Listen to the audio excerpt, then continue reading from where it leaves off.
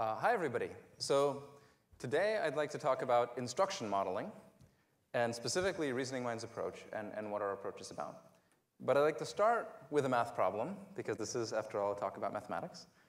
And a math problem which is not such an easy one. So this is a problem from quiz number 20 in Reasoning Minds' new 6th grade curriculum. And so if you were to guess, so first of all, does anybody know the answer? It takes a little while, right? It's not such an easy problem. If you were to guess, if you had a group, oh, by the way, it's 8. It's actually, what you do, you need to just be able to take the mixed number, you need to be able to convert it to an improper fraction, then you need to know how to divide fractions, you need to know how to factor numbers and simplify. So basically, you need to have a great deal of fluency with fractions, with factors, with multiples, with mixed numbers, and all of these things. So if you were to take, say, a group of 100 students at a middle school, what percent would you think would be able to solve this problem? Maybe a handful, right? Maybe 1%, maybe 5%, maybe 20%, maybe. So at Idea Public Schools, they did a pilot this last year of the new 6th grade curriculum at Donna Academy in the Valley. And there, of the 107 students in that 6th grade in that school, 71 correctly solved that problem. And this is by about halfway through the school year. And so I think that this is really a testament to two things. First of all, it's a testament to the incredible work of Idea Public Schools.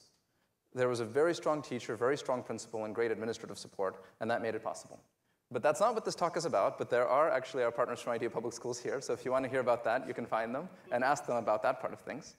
What I'd like to talk about is the second cause of that, which I believe is instruction modeling. And specifically, I'd like in this talk to answer what is instruction modeling and why is it important. So the goal is by the end of this talk, I'd like to make sure that everybody understands this concept, knows about it, and knows the implications of this idea of instruction modeling. So I'd like to start with a family story. So this is actually my family, me, my parents, and my grandparents, in the early 90s. So in '89, we left the Soviet Union and came here to the States. And math education was very important for my family. My grandmother, my dad's mother, had been a math teacher. My dad was a college math teacher. My mom was an engineer. Her dad had been a physics teacher.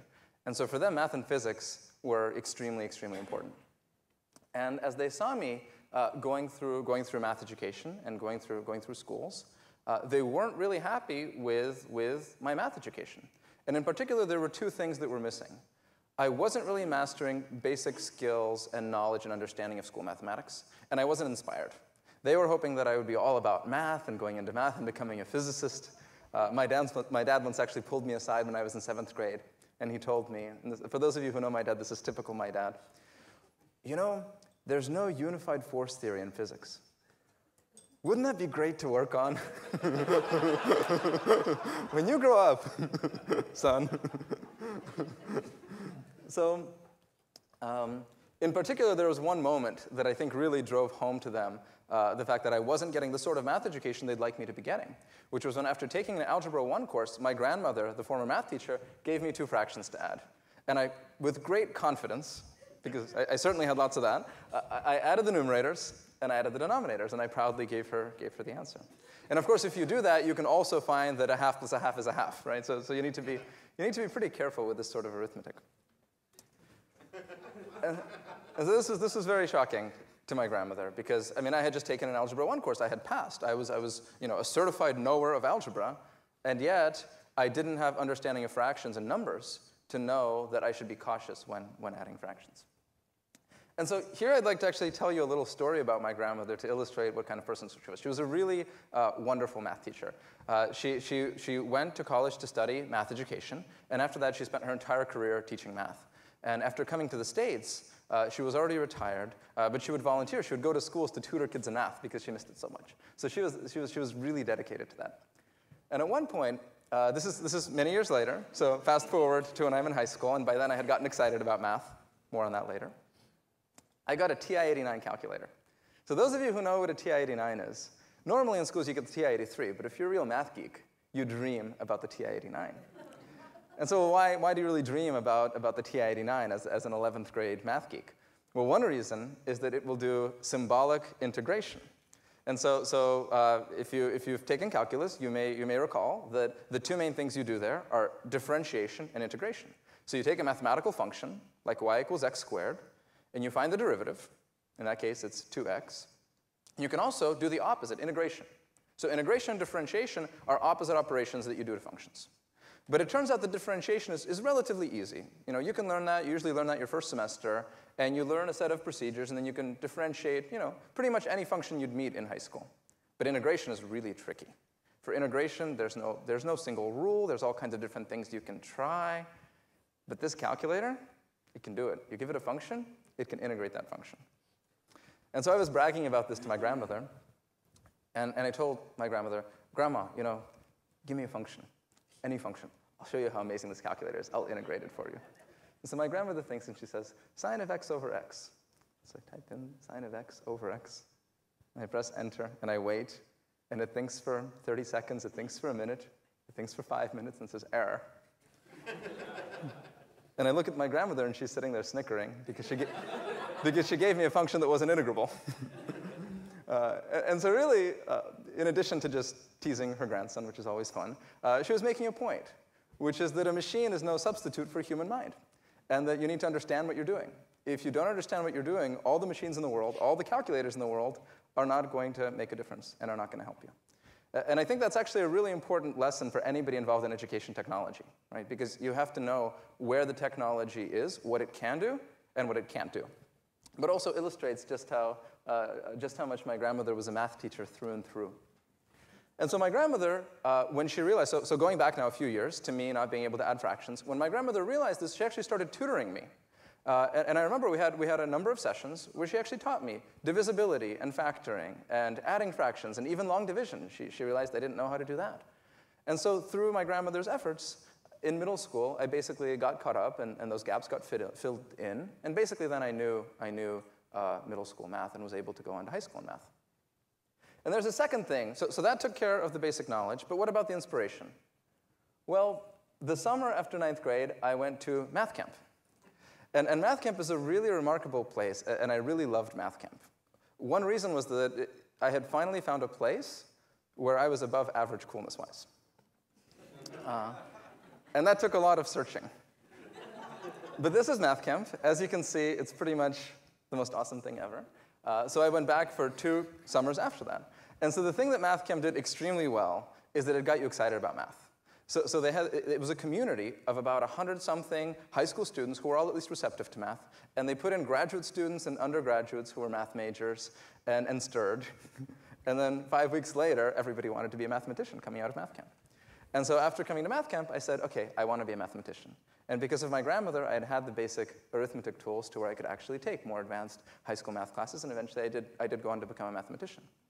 But this all got my parents thinking. It was really 2 huge strokes of luck. Right? How many students are going to have a grandmother who's a wonderful math teacher? How many students are going to have the opportunity to even find out about math camp, much less actually then go and attend math camp? So this is a really serious problem. There are a lot of students who may have great interest in mathematics and ability for mathematics and could really get into it. Those could be our future engineers, scientists, mathematicians. And right now, they're not getting that. So my parents started thinking, OK, well, how can you fix this?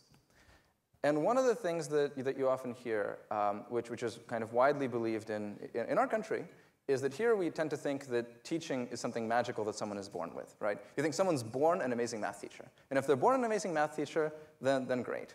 And so if kids aren't getting suitably inspired, well, it must be the teachers, right? And in fact, research that compares math education systems across countries finds that that's very far from the truth. That in fact, successful math teaching requires a whole host of supports to be there for teachers. If you look at those countries that have really consistent, high-quality math education systems, there's a lot in place there. There are excellent textbooks that those teachers have access to. There are really great tried-and-true lesson plans that teachers can take and use and learn from and then make their own. There's very strong pre-service math content courses, so that by the time teachers get into the classroom, they've already had all the support and all the opportunities to really learn not just the subject, but also all different ways of teaching and presenting math. And you have in-service professional learning opportunities, where teachers can always work with each other and have lots of time and lots of opportunities to be in this professional learning community. So those supports are really essential. So math education system is really that. It's a system. It's about all these things that exist in a society that isn't just what happens inside the classroom. And if you look at it, in the United States, we don't have these things. The quality of textbooks, unfortunately, that's available is really low. It's very hard as a teacher to get good textbooks. The lesson plans. Teachers usually don't get lesson plans. In our country, we expect teachers to just make up lesson plans. The first year when a teacher ends up in a classroom, we usually say, okay, well, we'll plan your own lessons, good luck. Pre-service math content courses. Very many teachers just don't have access to that. And in-service professional learning opportunities. Teachers in our country are scheduled basically minute to minute with not even a second to breathe, much less to have professional learning opportunities like a lot of other countries do for teachers to truly learn from each other and interact. And so it's a really serious problem. So how would you fix this? Well, it's easy, right? You just change all the textbooks in the country, put in place wonderful lesson plans, completely overhaul pre-service teacher training, and of course change the schedule and double the funding for education so that you can have lots of professional learning opportunities, right? That's easy. So that's the challenge. It's a practically unsolvable problem. It's enormously difficult. That's why math education is so hard to improve, because it's such a huge system. Okay, so that's the problem. So at this time, my dad was actually at Texas A&M. That's how we ended up moving to Texas. So if there are any Aggies in the audience, big shout out. And my dad was doing research at Texas A&M, and he was doing research on a type of artificial intelligence called expert systems. And so expert systems were invented in the 60s, and then they became increasingly popular, and in the 80s, it was a very hot field of research. There was a lot of really exciting work that was going on in the field of expert systems. And this is actually a book about the earliest kind of big expert system called Mycin. So what is an expert system? So the idea of an expert system is, say you have some challenge that normally only people do, but you'd like to somehow automate it and do artificial intelligence. So it's really a two-step process. First, you study the thought process of the human expert, and then you build a computer program that replicates it. So the idea is that you want to interview the expert, find out how do they reason, and then you build that reasoning into the computer. That's the whole idea of expert systems. And the way expert systems do this is through a set of rules. So for example, let's say you have medical diagnostics, right? A doctor takes a patient, and then they order certain tests, and they look at the patient, and they interview them. And then based on that, at the end, they arrive at a diagnosis. So that's something that an expert can do, an expert diagnostician. And so what you do is you sit down with a diagnostician, and you interview them. And you ask them, well, what do you do? If the patient is shaking, what does that mean? And the diagnostician will say, well, in that case, I check if the patient has a fever. And in fact, if they have a fever and they're coughing, well, then I ask if they had a flu shot that season. And if the only symptoms are fever and mild respiratory symptoms, and the patient has not had a flu shot, well, then this is the flu, so I would just set a diagnosis, no additional tests needed. I made these up, by the way. Please don't actually apply these to medical diagnostics. But basically, you can interview this expert, and you can get a big bag of rules that are in no particular order. These are just the rules that that person uses to reason, and then you can program them into a computer. So a computer will do this if-then. And so this is the field of research of expert systems. And so my dad was wondering, okay, is there any way that expert systems could be somehow used to help solve this problem? Can you apply expert systems to education in some way? And so it turns out that there are problems with that. It turns out that it's not so easy to apply expert systems to education. And so here's one problem. So in something like medical diagnostics, it can be fully automated. It's a relatively, it certainly requires a lot of knowledge, but it's a relatively procedural sort of activity that you can really build a computer that does that. But education has an essential human aspect. And here are some examples. How do you automate the human bond between teacher and student? Encouragement. How about authentic discussion and questioning? When you're not just explaining something to a child, the child is explaining it, and you're listening to that and responding to that and having a real conversation between human beings. Peer interactions. How do you automate peer interactions? And so on. You can't. And by the time you can, you'll be able to automate all of our jobs. So basically, that's the problem with applying expert systems to education. And there's a second problem. So diagnostics is really, above all, about the doctor's thought process. That's what ultimately matters. If the doctor has the right thought process, you'll get your diagnosis. But education isn't just about the teacher's thought process. That's certainly a critical component, but it's about all the different experiences that students have. Students do interact with the teacher, but they also interact with textbooks. They interact with class materials. They interact with their peers, with notebooks, with parents, with tutors, etc. And so if you really want to use this approach, you need to modify it. Instead of expert systems, you need, and this is the theme of the talk, drum roll please, Instruction modeling. So in expert systems, you study the thought process of a human expert, and then you build a computer program that replicates it. In instruction modeling, you study the experiences of students in world-class math classrooms, and then you build a blended learning system that replicates them, one that has some computer components and also has that human part that's planned, and the role of the teacher is very carefully thought through, and the supports are there for teachers so that both the computer part and the human teaching part can work well in concert with each other and be at their best. So that's the idea of instruction modeling. And so how do you do this in practice? Well, in practice, the way that we do this is that we first study and reverse engineer the practices of master math teachers and classrooms. And then we design online lessons that reproduce whatever practices can be reproduced online. And then for those human essential practices, the ones that really are the most difficult ones and the ones that require a human being, there we work with teachers and we support them and we train them and we give them the resources they need to be able to do those things in the classroom. And so what's really key here is that this isn't just so-called product training of here's how you use the software. It's really a partnership, which is about math education, it's about curriculum, it's about instruction, it's about all of these different things that need to be in place. So here's an example of one interface, and there's various ways to do this. But one way that we do this, for example, in the middle school platform, is that you can have a tutor and two students that all talk to each other and to the real student. So you can actually simulate some peer effects. Not all peer effects, but some you can. So this is an example of one way that you can actually do instruction modeling. So I'd like to take a trip to an instruction modeling school and see what does it look like. On the outside, it looks like a regular school. The hallway looks like a regular hallway. But then when you get in the classroom, it starts to look a bit different. You see computers, you see students sitting at computers, and you see the teacher managing the classroom and walking around. When students are at the computers, there's this very deliberately designed curriculum that they have online, which is very carefully planned and which comes from best practices and from kind of what happens in the world's best math classrooms. And as you can see, there are notebooks too, because instruction modeling isn't just about let's put math on the computer. Instruction modeling is about finding out what are all the important experiences. And so if writing in a notebook is an important experience, you better build it in, because you want to make sure that everything that makes for world-class math education is present in that classroom. It's really a comprehensive approach. And so you have notebooks. And then you have support for teachers. So yes, the teacher is there, but what you don't see is what happened behind the scenes. That teacher is getting really high-quality support, professional development on math content, on pedagogy. They're meeting with Reasoning Mind support people, and they're also meeting with other teachers and learning from each other and sharing best practices and participating in a professional learning community. So that's happening. And then that teacher, instead of planning a kind of whole class lecture-style lesson, what the teacher does is they go in and they see student data, and they can really see how did this child do? How did that child do? What misconception does this child have? And then the teacher can use that to plan their lesson, which is a really personalized lesson. It's the encouragement, the human bond, the conversation, the part that really is human. That's the part the teachers are now planning for. And then in the classroom, the teacher walks around and does on-the-spot interventions. They see that the student is struggling with something. They help them out. And sometimes they'll even pull the child aside if they need more in-depth tutoring and really work with that child and have that authentic conversation about mathematics.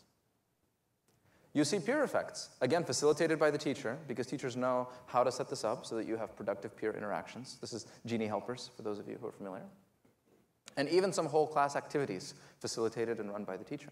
So the idea is that you really, everything that makes world-class math education good in traditional instruction, we want that there. The idea of instruction modeling is you need to have all of that richness of world-class math education. The technology is merely the vehicle. The technology is like that calculator. By itself, it can't think. And if you just rely on technology for technology's sake, you're not going to get any improvement in mathematics. You need a comprehensive approach that takes into account curriculum, that takes into account lesson planning, that takes into account the human element, that takes into account teachers' professional learning, and all of these other things.